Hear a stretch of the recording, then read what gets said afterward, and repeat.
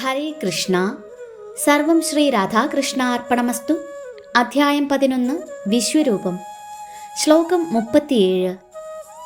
കസ്മാച്ഛതേന നമേരൻ മഹാത്മൻ ഗിരീയസേ ബ്രഹ്മണോപ്യാദികർത്രേ അനന്തദേവേശ ജഗന്നിവാസ ത്വമക്ഷരം സദസത്തത്പരം യത്.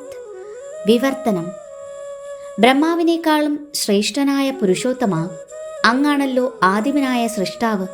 എങ്കിലും എന്തുകൊണ്ട് അവർ ഭക്തി ആദരപൂർവം അങ്ങയെ പ്രണമിക്കുന്നില്ല?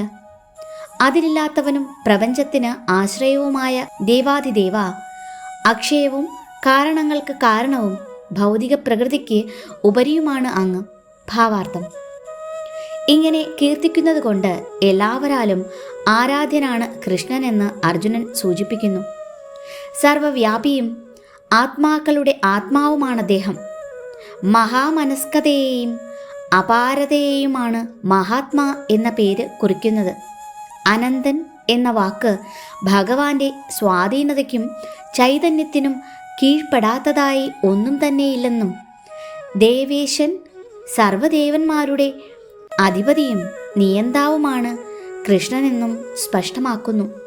പ്രപഞ്ചാവിഷ്കാരം തന്നെ അദ്ദേഹത്തെ ആശ്രയിച്ചാണ് സ്ഥിതി ചെയ്യുന്നത്. പൂർണ്ണത നേടിയ സകല ജീവാത്മാക്കളും ശക്തരായ ദേവന്മാരുമെല്ലാം ഭഗവാനെ ആദരവോടെ പ്രണമിക്കേണ്ടത് തന്നെയെന്ന് അർജുനന് വിശ്വാസമുദിച്ചു. കൃഷ്ണനേക്കാൾ ശ്രേഷ്ഠനായിട്ട് ആരുണ്ട് വേറെ? സൃഷ്ടികർത്താവായ ബ്രഹ്മാവും അദ്ദേഹത്തിൻ്റെ സൃഷ്ടിയാണല്ലോ. കൃഷ്ണൻ്റെ സമഗ്ര രൂപവിസ്തരണമായ ഗർഭോദകശായി വിഷ്ണുവിൻ്റെ നാഭീപത്മത്തിലുളവായതാണ് ബ്രഹ്മാവ്. അതുകൊണ്ട് ബ്രഹ്മാവും ബ്രഹ്മാവിൽ നിന്ന് ജനിച്ച ശിവനും അദ്ദേഹത്തോടൊപ്പം മറ്റെല്ലാ ദൈവഗണങ്ങളും കൃഷ്ണനെ പ്രണമിക്കേണ്ടവരത്രേ. ശിവനും ബ്രഹ്മാവും മറ്റുള്ള ദേവന്മാരും കൃഷ്ണനെ ആദരിക്കുന്നുവെന്ന് ഭാഗവതം പ്രസ്താവിക്കുന്നുണ്ട്. ഈ ശ്ലോകത്തിലെ അക്ഷരമെന്ന വാക്ക് സവിശേഷ ശ്രദ്ധയർഹിക്കുന്നു. ഈ ഭൗതിക സർഗം നശിച്ചു പോകുന്നതാണെങ്കിലും ഭഗവാൻ നശ്വരതയ്ക്ക് അതീതനെന്നത്രേ അത് ധ്വനിപ്പിക്കുന്നത്.